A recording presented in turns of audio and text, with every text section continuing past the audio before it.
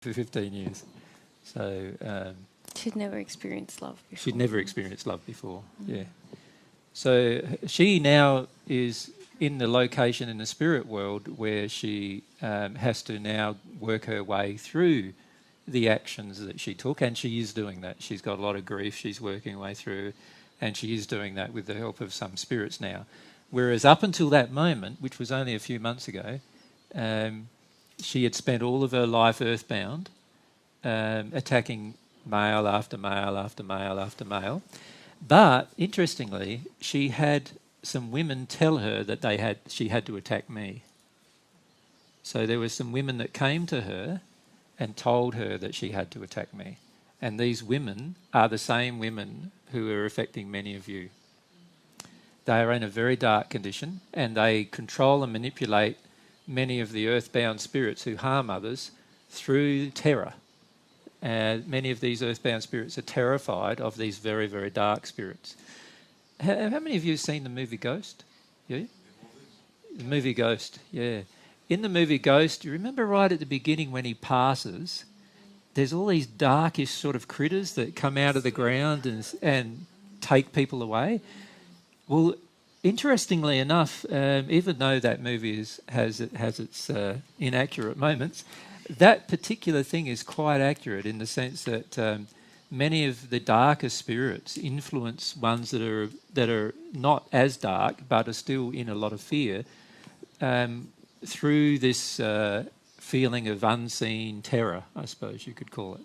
And so these very, very dark spirits influence others and in layers. And so in the darkest areas of the hills, there's very, very dark spirits. We're on the earth plane, so we're talking about earthbound here.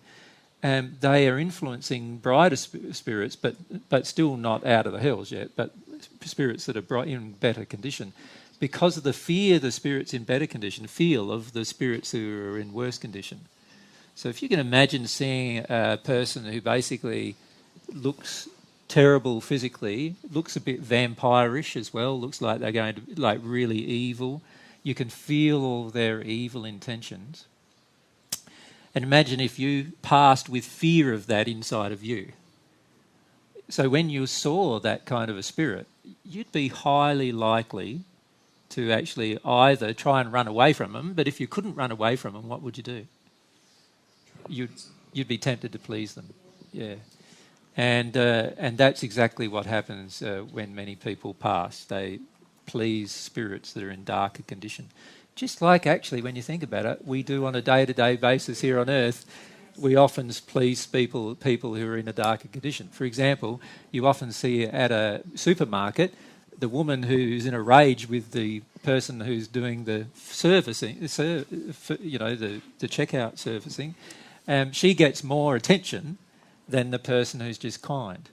And that's because the fear of the person who's the receiver of the anger is so great that they'll do anything to appease the person who's angry. And so when we pass over in that condition, we still finish up passing over in a condition where we're trying to please the anger and rage of people who are now spirits in darkened condition. We're a spirit, they're a spirit, so we're still people, we can still see each other. And now instead of seeing them with a pretty face or whatever, they might have seen them on earth, or not that ugly at least, now you see their condition matches their heart.